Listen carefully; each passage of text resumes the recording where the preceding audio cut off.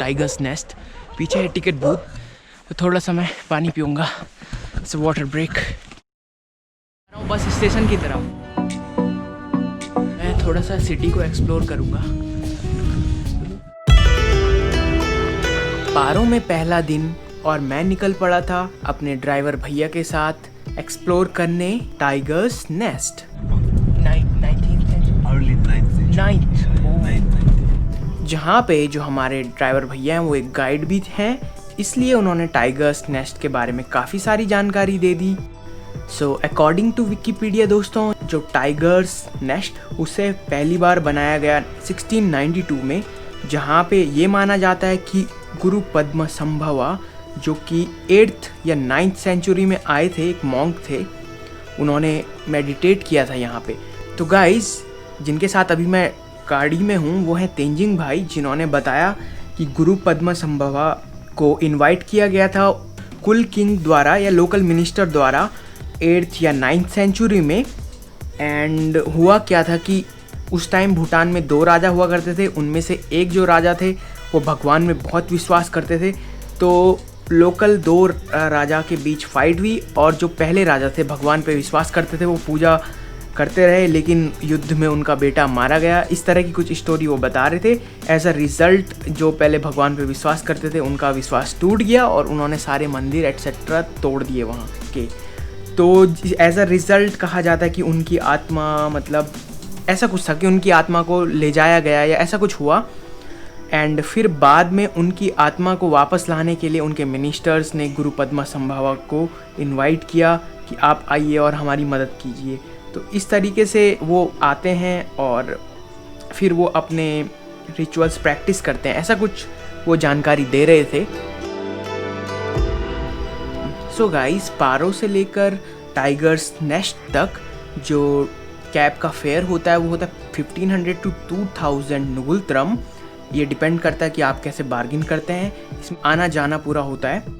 लेकिन साथ में दोस्तों, अगर आपने लास्ट वीडियो में देखा होगा, मेरी लास्ट वीडियो देखी होगी, उसमें मैंने एक चीज़ मिस कर दी थी कि अगर आप फुनसोलिंग से भूटान में एंटर करना चाहते हैं, फुनसोलिंग से पारो आना चाहते हैं, तो पारो आने का सिर्फ एक ही रास्ता है, वो है टैक्सी। 750 रुपये दे के आपको टैक्सी में आना पड़ेगा। लेकिन दोस्तों, मैं आपको रिकमेंड करूँगा कि आप ऐसा ना करें, उसकी बजाय आप फुनसोलिंग से पहले जाएँ थिम्पू, क्योंकि आप यहाँ पे ऑनलाइन बस बुकिंग कर सकते हैं। इनकी एक साइट है drukride.com, या मैं इसका लिंक डिस्क्रिप्शन में दे दूँगा। आप अभी देख रहे हैं फुनसोलिंग से थिम्पू के लिए बस अवेलेबल है, जिसका किराया 278 नुगुलत्रम है, जहां अगर आप टैक्सी में आते तो आपको 750 रुपये देना पड़ता। साथ ही में दोस्तों, दूसरा डेस्टिनेशन आप सेलेक्ट कीजिएगा, वो कीजिएगा पुनाखा। और थिम्पू से पुनाखा के लिए भी इसमें बहुत सारे ऑप्शन हैं, वो भी 300 के अराउंड है। फिर दोस्तों, इन द एंड आप थिम्पू से जाएं पारो, उसके लिए भी इसमें ऑप्शन है, वो भी 300 रुपये के अराउंड है। लेकिन फुनसोलिंग से पारो या फिर पारो से फुनसोलिंग के लिए कोई वे नहीं है। सो एट द एंड जब आप जर्नी ख़त्म करेंगे तो आप 750 रुपये दे के फुनसोलिंग आ सकते हैं। ये आपको ज़्यादा बेटर पड़ेगा। अदरवाइज़ मैंने बहुत ही महंगा सौदा किया था गाइस, सो मेरा वे बिल्कुल मत लीजिएगा। गुड मॉर्निंग गाइस, आज है 30 तारीख और मैं जा रहा हूँ टाइगर्स नेस्ट। पीछे है टिकट बूथ जिसका प्राइस है 1000 रुपी। एंड अब मैं अपनी हाइक स्टार्ट करूँगा। इस समय वक्त है 8:38। Thank you. Okay. Enjoy your hike. Thank you. Call me once you are at cafeteria. Yes, man. Sure. Okay. Bye. So, guys, this is the way. Starting में हम लोगों को स्टिक्स भी मिल रही होती हैं, अगर आप लोग खरीदना चाहें तो खरीद सकते हैं।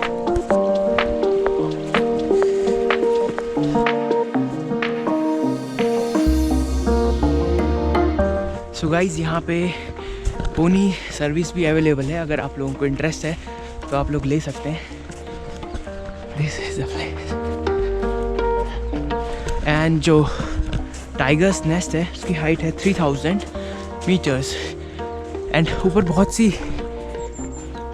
वाइट कलर की बिल्डिंग्स हैं, इनमें से कौन सी टाइगर्स नेस्ट है मैं श्योर नहीं हूँ, बट देखते हैं।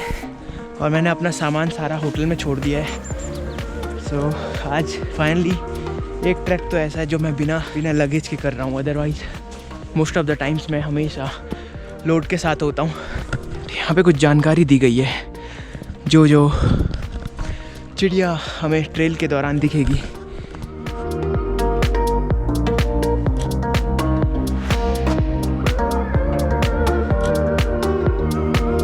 सो गाइज इट्स 8:30 के करीब वक्त हो रहा है और क्योंकि अर्ली मॉर्निंग है इसलिए कम लोग हैं। मैंने ऑनलाइन किसी वेबसाइट में ये पढ़ा था कि आप चाहते हैं कि ज़्यादा भीड़ भाड़ ना हो तो आपको अर्ली मॉर्निंग स्टार्ट करना चाहिए। और मॉनेस्ट्री का कुछ टाइम भी है, मतलब एक टाइम बाद मॉनेस्ट्री शायद बंद होती है।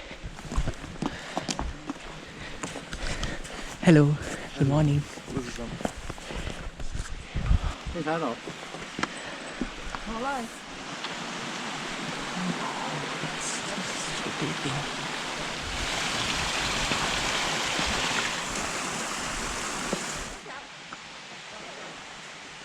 मेन ट्रेल को फॉलो करना है मुझे, ऐसा मुझे बताया गया था। Main trail, so this is the main trail actually, seems the main trail. सुबह के टाइम काफ़ी ठंडा है यहाँ पे, मेरे हाथ जम से रखे हैं और धीरे धीरे जब मैं ट्रैक करूँगा तो गर्म होगा और फिर मुझे ये जैकेट निकालनी पड़ेगी। आज पता नहीं लोगों के साथ मैंने कुछ भी कम्युनिकेट नहीं किया है, अदरवाइज़ बेसिकली मैं सबको ग्रीट कर रहा होता हूँ। पता नहीं यार, अपने माइंड का भी। वाह, awesome. So the magical word is कुजू जंगपोला, यानी हेलो, और मैं हमेशा ये भूल रहा हूँ। देखिए गाइज, यहाँ पे हर पेड़ के साथ इंफॉर्मेशन प्रोवाइड की गई है, जैसे ये brown okay.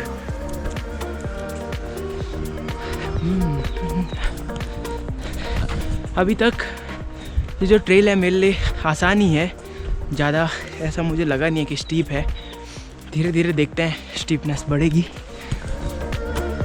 So guys, this time Bhutan के लिए मैं टोटल डिफरेंट अप्रोच अपना रहा हूँ क्योंकि मुझे कुछ ज़्यादा समझ नहीं आया। सो मैंने क्या किया है, इस बार मैंने जो हमारे ड्राइवर भैया थे उनको एज अ गाइड हायर कर लिया है। सो देयर आर 2 वेज, हो सकता है ये ट्रेल शॉर्टकट हो बट मुझे आइडिया नहीं है। So I will take the main trail. तो अगर आप लोग चाहें तो शॉर्टकट ले सकते हैं, इट्स टोटली डिपेंडेंट। अगर ज़्यादा सांस फूल रही है तो मैं ऐसा रिकमेंड नहीं करूँगा। And breaks little, not too much, हल्के हल्के ब्रेक्स नेसेसरी। अब मैं कोशिश करता हूँ कि नाक से सांस लूँ क्योंकि मुंह से ज़्यादा देर में टिक नहीं पाऊँगा। So this is the ticket guys, 1000 रुपये का ये टिकट पड़ा। एंड अगर आप लोग स्टूडेंट हैं तो शायद आपको डिस्काउंट मिलेगा क्योंकि उन्होंने मुझसे पूछा था आर यू ए स्टूडेंट, तो स्टूडेंट्स हैं तो कुछ डिस्काउंट ज़रूर मिलेगा। Now there are 2 ways. कल जब मैं परमिट बना रहा था तो उन्होंने भी मुझसे काफ़ी टाइम पूछा वेट कि आप सोलो हैं, मतलब कई सारे लोगों ने पूछा आप सोलो हैं। हालांकि सोलो ट्रैवल करना भूटान में महंगा पड़ता है, ये मैं समझ गया हूँ। ऊपर से मैंने ड्राइवर जो भैया थे उनको guide as a guide hire कर लिया है। गाइड मतलब इन द सेंस वो अपनी टैक्सी के साथ मेरे साथ हमेशा रहेंगे। पर डे का मैं उन्हें पे करूँगा 3000 रियली। थोड़ा सा और देर उसके बाद मैं ये जैकेट निकाल दूँगा क्योंकि पसीना आने लग गया अंदर अब। So guys, that's the tigers nest. यहाँ से दिखना स्टार्ट हो गया है, हालांकि हाइक अभी काफ़ी ज़्यादा बची हुई है। मैं आज नॉर्मल ट्रेल ले रहा हूँ क्योंकि शॉर्टकट काफ़ी सारे हैं बट वो स्टीप है। मैं इसलिए ट्राई नहीं करना चाह रहा हूँ because acclimatisation is the main point. हालांकि 3500 मीटर्स तक, जैसा कि मुझे जो प्रो ट्रैकर ऊपर अन्नपूर्णा सर्किट में मिले थे, उन्होंने कहा था कि 3500 मीटर तक कोई दिक्कत नहीं होनी चाहिए। बट मैंने ऐसे केसेस भी सुने हैं जहाँ पे वॉमिट आ जाती है या इस तरह का इशू हो जाता है। इट्स बेटर, और पानी पीते रहना चाहिए हालांकि मैं खुद इतना पानी नहीं पीता हूँ। या फिर बेस्ट थिंग है आप एक दिन पहले बहुत सारा पानी पी लो।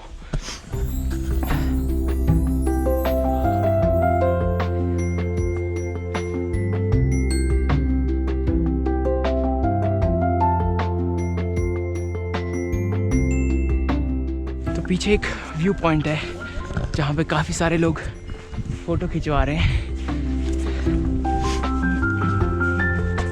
सो गाइस यहाँ पे दो रास्ते हैं, एक जा रहा है ऊपर और एक नीचे। यह कैफेटेरिया।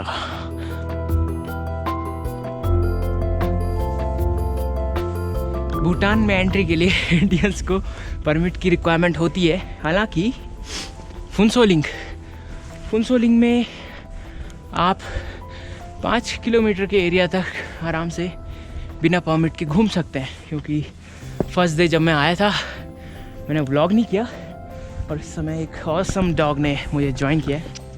सो मेरी हालत बहुत ख़राब थी उस दिन। परमिट की पूरी प्रोसेस मैं आपको समझाऊंगा। एज अ सोलो थोड़ा सा अलग होती है बट कुछ नहीं। हाँ, और एक चीज़ याद रखिएगा, जब आप सोलो आएंगे तो बहुत से लोग आपको बोलेंगे कि ट्रैवल एजेंसी के थ्रू हम लोग करेंगे, अदरवाइज़ आपको काफ़ी प्रॉब्लम उठानी पड़ेगी। तो ऐसा कुछ नहीं है, थोड़ा सा लेटर लिखना होता है जो कि बहुत ही सिंपल है। सो सामने है टाइगर्स नेस्ट जो कि अब काफ़ी साफ दिखाई देने लग गया है। सो ये जो ट्रैक वे है स्टार्टिंग में नॉर्मल रहता है और बाद में स्टीप हो जाता है। एंड दूसरी चीज़, भूटान में लोग मुझे काफ़ी अच्छे लगे, काफ़ी हेल्पफुल हैं। एंड मैं रिकमेंड करूँगा कि आप लोग अपने साथ एक जिंजर रखें, साथ में एडिक्वेट पानी भी आपके साथ होना चाहिए। इफ़ इन केस अगर आपको लगे कि वॉमिटिंग जैसा कुछ हो रहा है तो आप थोड़ा सा जिंजर खा लीजिएगा, इससे आपको प्रॉब्लम नहीं होगी। तो थोड़ा सा मैं पानी पीऊँगा। It's water break. 2 से ढाई घंटे में आप लोग ऊपर टाइगर्स नेस्ट पहुंच जाएंगे। तो आप आराम से चलिएगा, कोई दिक्कत नहीं है। ऑल्टीट्यूड सिकनेस से बचने के लिए पानी इज मस्ट।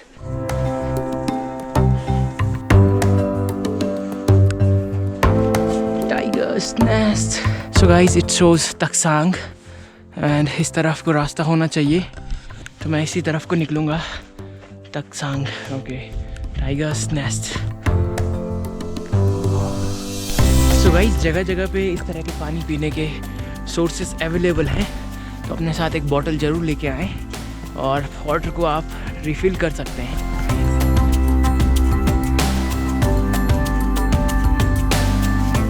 सो गाइस हम लोग चल ही रहे थे कि अभी हल्की फुल्की बर्फ़ उड़ के आ रही है, जो मैंने एक्सपेक्ट नहीं की थी, बट थोड़ा बर्फ़ है इधर।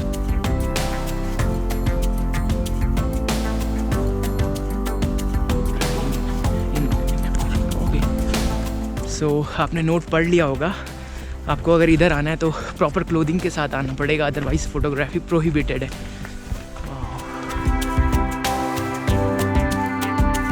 सामने मोनेस्ट्री है और अनफॉर्चुनेटली आप लोगों को शायद ही दिखाई दे रही होगी क्योंकि हम लोग ऑपोजिट टू सनलाइट हैं।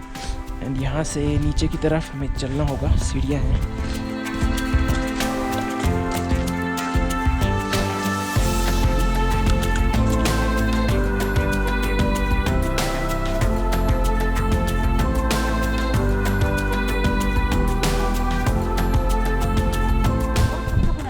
जी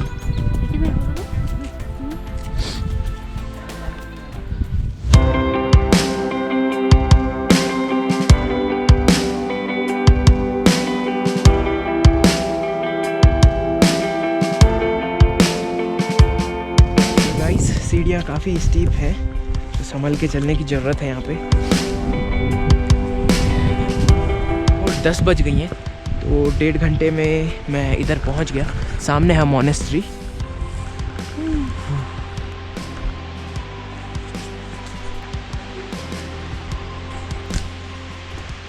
एंड सामने है बर्फ़। इधर ठंडा है काफ़ी और धूप भी नहीं आई है। मॉन्क्स पता नहीं कैसे रहते होंगे यहाँ। बहुत ही अमेजिंग प्लेस है, पत्थरों के बीच।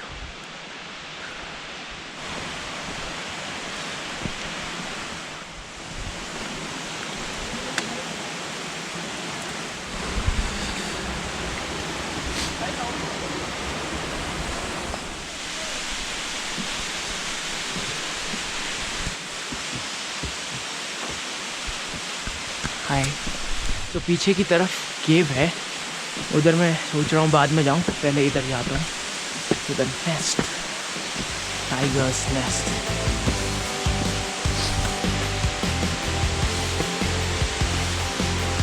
वाह,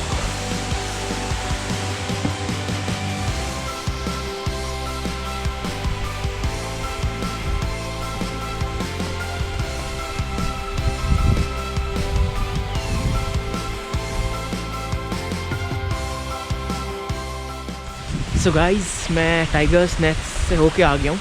वहाँ जाते ही आपको अपना camera, phone, bag etcetera submit करना होगा एक लॉकर में। उसके बाद आप टाइगर्स नेस्ट को विज़िट कर सकते हैं। अंदर काफ़ी सारी मूर्तियाँ हैं, बड़ी बड़ी अलग अलग फेसेस हैं।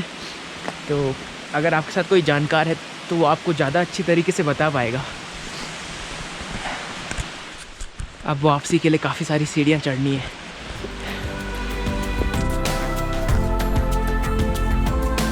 इट्स 10:56 और मैंने नीचे चलना स्टार्ट कर लिया है। And upside distance was around 7 और 8 किलोमीटर, जो कि मुझे लगा 1.5 घंटा, क्योंकि शायद मैं बिना बात किए चल रहा था। और आराम से चलेंगे तो 2 घंटे में क्रॉस कर लेंगे आप लोग। तो गाइस इट्स 11:40 और मैं नीचे पहुंच गया हूं। अब मैं ड्राइवर भैया के साथ थोड़ा एक्सप्लोर करूंगा सिटी को, या फिर शायद आज थिम्पू निकल जाऊं।